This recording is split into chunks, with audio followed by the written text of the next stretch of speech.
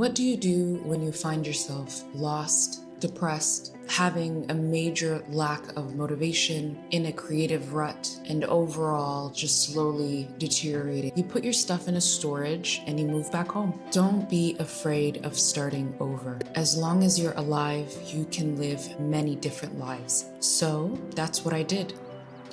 I want to tell you why Berlin, the city I thought I would never leave, actually broke me and led me here.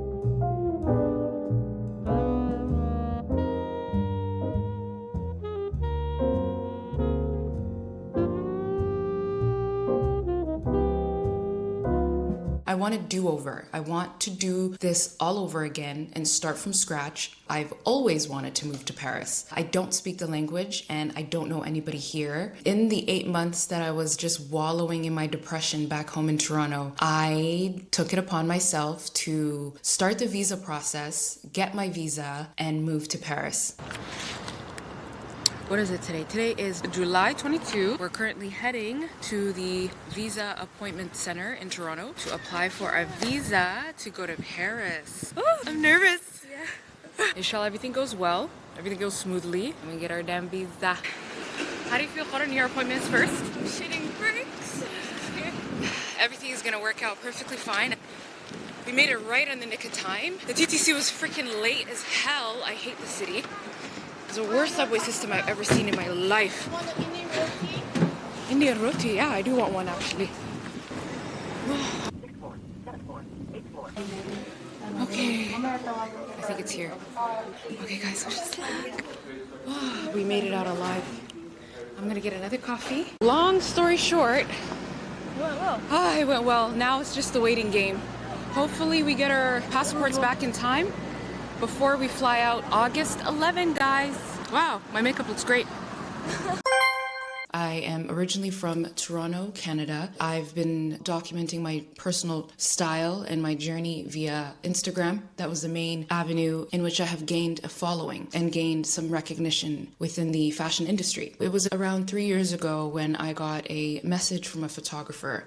They reached out to me on Instagram and I didn't really think much of it. This photographer was in Germany and Germany was never part of my radar when it came to do with the fashion industry. But all I knew was that I wanted to leave Canada. Canada is not a country that fosters the creative energies. I've noticed that a lot of content creators of color specifically usually leave Canada and they head to LA or New York or somewhere in Europe to venture off and develop themselves experimentally, creatively, and overall just grow as a content creator. I can't even lie when I say that everything really changed for me when I stepped foot in Europe. My Instagram took off. I already had a pretty solid following while I was still in Toronto. That's where I built up my following. But it really started to take a life of its own when I touched down in Europe. I started working with amazing brands that I never in a million years dreamt of working with. Louis Vuitton, Chanel. I ended up doing some jobs for Prada. I did some jobs for Gucci, Vivienne Westwood. It felt as though things were happening so fast, so quickly that I couldn't catch up. And at the time, even though my life changed drastically, I felt as though Berlin was the best thing that's ever happened to me career-wise, but socially, mentally, and emotionally, it was super draining. I felt like my social life as well as my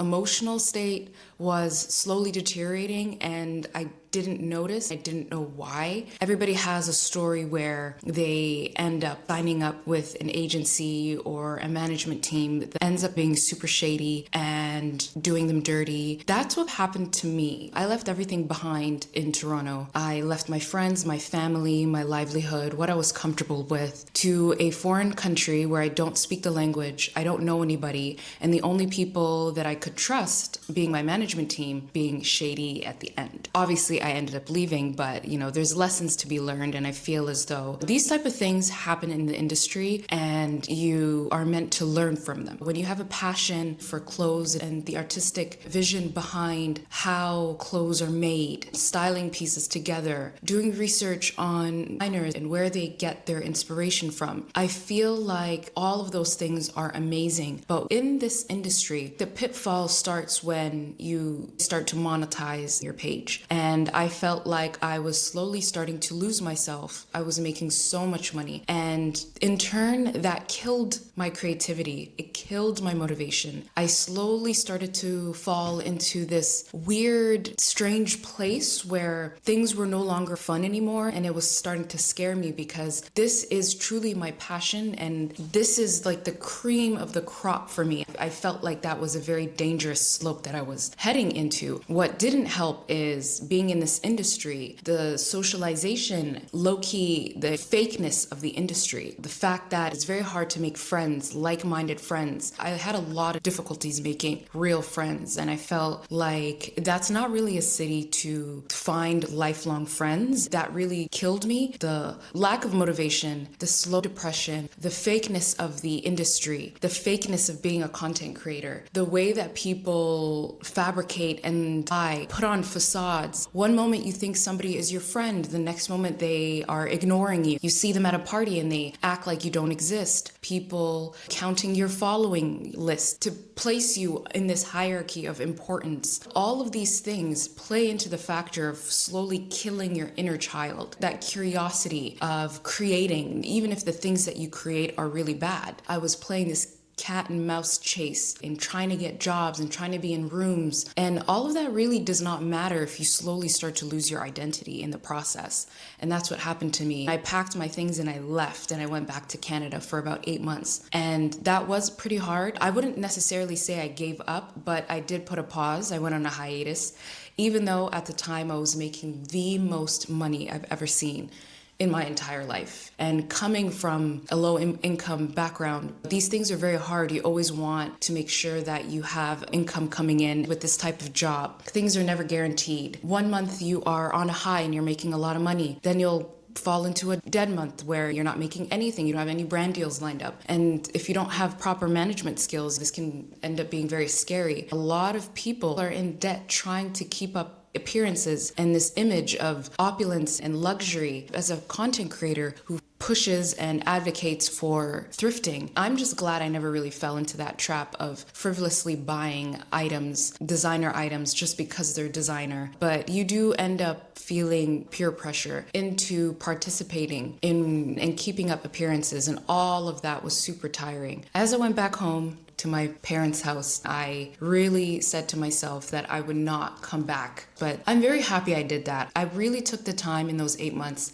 just to reflect on what exactly it is that I want to gain out of this. When I first initially moved to Berlin to pursue doing content and creating full time, I don't think I really understood what I was getting myself into. At the end of the day, this is a job and you have to treat it as such. In general, you want to make sure that you make money and monetize off of your ideas, your designs, and your perspective. There had to be a balance I needed to understand and learn. And going back home really gave me that perspective. Eventually, I came down to an understanding as to what it is that I want. That's when the idea came to me. I want a do-over. I want to do this all over again. I'm pretty sure that you guys have heard of this great lock-in. This is a perfect opportunity for me to actualize some of my lifelong goals that I've always been afraid of doing. Beginning of September to December 31st, I will be documenting my YouTube journey, my life here in Paris, my personal growth in rediscovering love for content creating, showcasing my personal style, going more into how I pair things together, a bit of education when it comes to fashion and thrifting. Living in Paris is not easy. I'm currently in a temporary apartment, so unfortunately I need to look for an apartment, and I've heard a lot of horror stories, so I will also be taking you guys on that journey of finding my dream apartment. This is September, so Fashion Week is coming up. Milan and Paris, I will be going to both. I really hope that you guys stay for the journey and see how much I improve over the 4 months and ongoing. Thank you guys so much. Tune in next week for a new video. Bye bye.